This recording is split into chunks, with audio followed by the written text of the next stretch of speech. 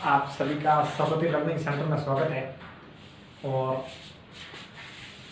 पिछले सेशन में हमने जो दूसरा पार्ट था, क्या हमारे आसपास के पदार्थ शुद्ध हैं, उसके बारे में हम चर्चा कर रहे थे। थोड़ा टाइम लंबा निकल गया क्योंकि जो कक्षा 10th के प्रेजेंटेशन बने थे और इसका अपन थोड़ा जुड़ नहीं पाए, तो अपन वापस शुरुआत करते हैं। इसमें आगे बढ़ाते हैं उस दूसरे पार्ट को।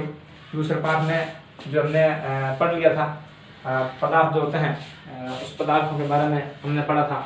विलयन क्या है, ठीक है, और विलयन के कौन कौन से भाग होते हैं, उसके बारे में हमने जो है वो चर्चा की थी। उससे अपन जो है वो आज आगे चर्चा शुरू करते हैं कि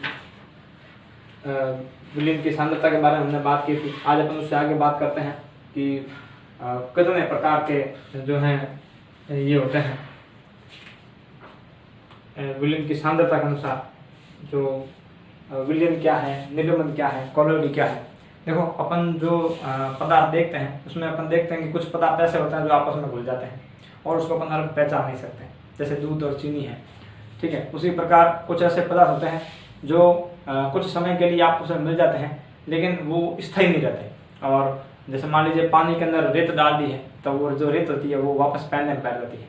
लेकिन कुछ पदार्थ ऐसे होते हैं जिसको आपस में मिलाने पर, जैसे मान लीजिए कोई ठोस पदार्थ है, उसका जो पाउडर है उसको हमने पानी में मिला दिया है, लेकिन तो भी उसका जो पाउडर है वो पेंदे में नहीं बैठता और वो लगातार स्थायी जो है वो बना रहता है। तो इस प्रकार के जो पदार्थ हैं, उन पदार्थों को अपन अलग अलग श्रेणियों में बांटते हैं।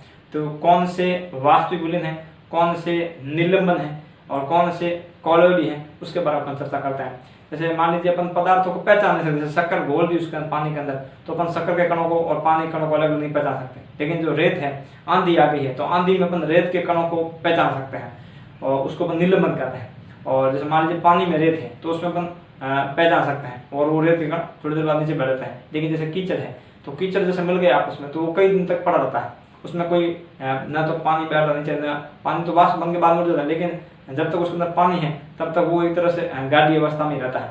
तो इस प्रकार के जो पदार्थ होते हैं उसको अपन एक सारणी के रूप में समझ सकते हैं। पहला है विलयन, फिर है निलंबन, फिर है कोलोइडी।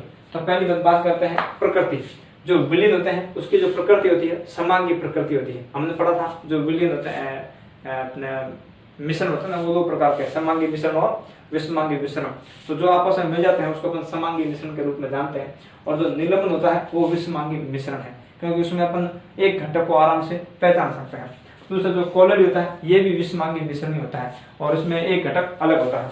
तो हम बात करते हैं दृश्यता, यानी देख सकते नहीं देख सकते, विजिबिलिटी बोलते हैं उसको। तो जो विलयन है उसमें अपन कणों को अलग अलग नहीं पहचान सकते, चीनी को और पानी को नहीं पहचान सकते, जैसे नमक है और पानी को अपन अलग नहीं पहचान सकते, तो दृश्यता नहीं होती। वास्तविक विलयन में दृश्यता होती नहीं है। फिर हम बात करते हैं निलंबन में दृश्यता होती है, अपन उसको एक भाग को अपन पहचान सकते हैं। और जो कोलोइडी होती है उसकी भी दृश्यता नहीं होती, वो आपस में ऐसे मिक्सर होते हैं कि अपन उसको दोनों को अलग अलग पहचान नहीं सकते। फिर हम बात करते हैं टिंडल प्रभाव। जो टिंडल प्रभाव है, देखो टिंडल प्रभाव जो बचपन में हमने जैसे स्कूल में भी देखा कई बार, और अभी सर्दी आने वाली तो उसमें अपन टिंडल प्रभाव को आराम से देख सकते हैं। उसमें क्या होता है, जैसे मान लीजिए हमारे घर के रोशनदान में से जो सूर्य का प्रकाश आ रहा है, भले सुबह उठते समय आओ, जैसे मान लीजिए आप सर्दी के समय अंदर बैठे हो और अभी आपने गेट खोला नहीं है, या आप गेट का दरवाजा थोड़ा सा खुला हुआ है और मान लीजिए आपने कोई जैसे रजाई है वगैरह इस प्रकार झटक दी है, कंबल झटक दी है, तो उसके अंदर से जो रेत के कण निकलते हैं वो हमारी खिड़की के दरवाजे में से या रोशनदान में से उसके अंदर से जो प्रकाश आता है उस प्रकाश के मार्ग के अंदर आते हैं और चमकने शुरू हो जाते हैं। तो वो जो प्रभाव है उसको अपन टिंडल प्रभाव के नाम से जानते हैं। और जैसे मान लीजिए बचपन में अपन जैसे स्कूल में कक्षा में बैठे हैं और अचानक किसी ने डस्टर को झटक दिया है, तो डस्टर को मान लो झटक देने पर जो रोशनदान है वेंटिलेटर, तो उसके अंदर से प्रकाश आता है सूर्य का, तो उसके अंदर चौक के जो कण होते हैं वो नाचने शुरू होते हैं, उसके प्रकाश के मार्ग के बीच में आते हैं। तो इस प्रकार की जो प्रकाश को फैलाने की जो घटना है उसको अपन टिंडल प्रभाव के नाम से जानते हैं। तो जो ये अपने विलयन होते हैं वो टिंडल प्रभाव नहीं बताते, क्योंकि यदि मान लीजिए हमने कांच की गिलास के अंदर आधा गिलास पानी और उसके अंदर मान लो नमक डाल दिया है और फिर उसके ऊपर यदि अंधेरे में टॉर्च की रोशनी करेंगे तो हमें वो प्रकाश फैलता दिखाई नहीं देगा, क्योंकि उसमें नमक पूरी तरह से क्या हो चुका है, घुल चुका है।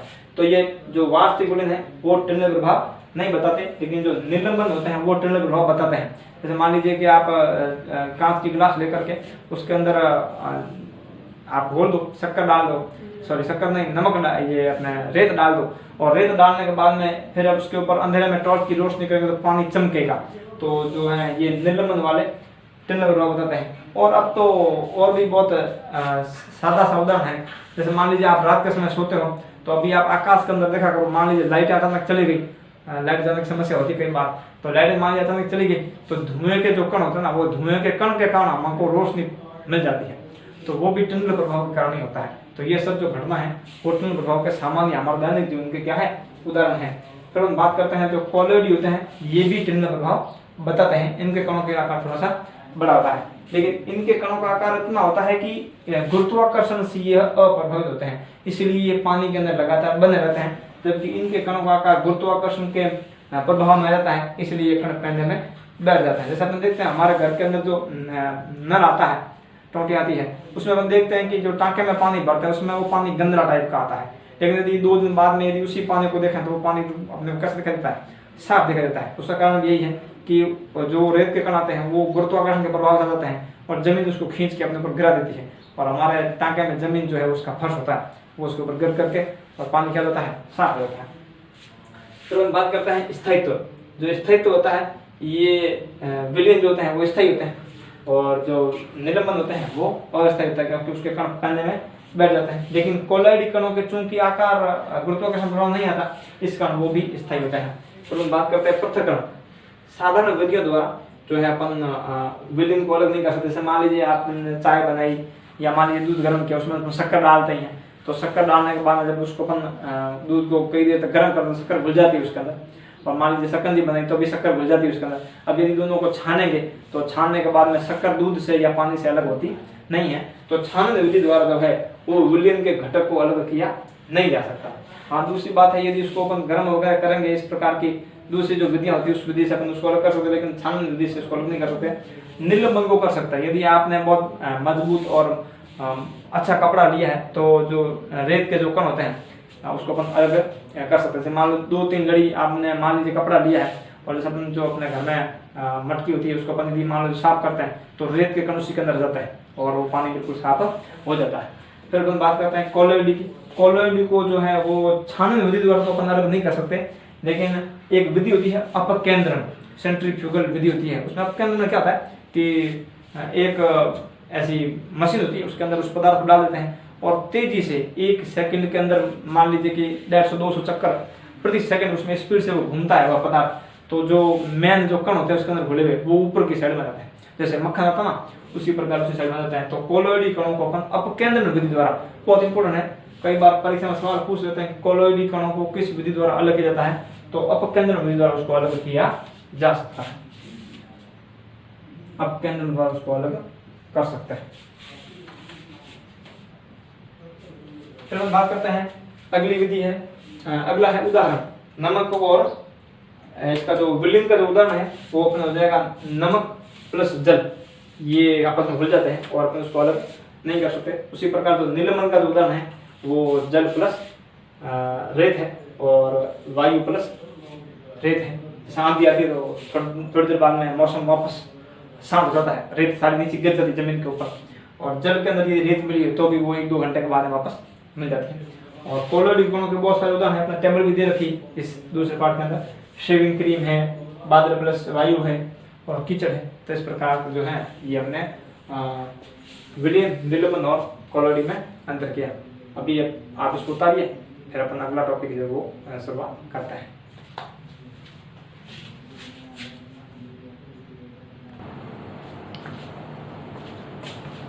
तो अपन आगे कंटिन्यू करते हैं। अब पदार्थों को अलग अलग करने की विधियां हैं, उस विधियों के बारे में समझेंगे।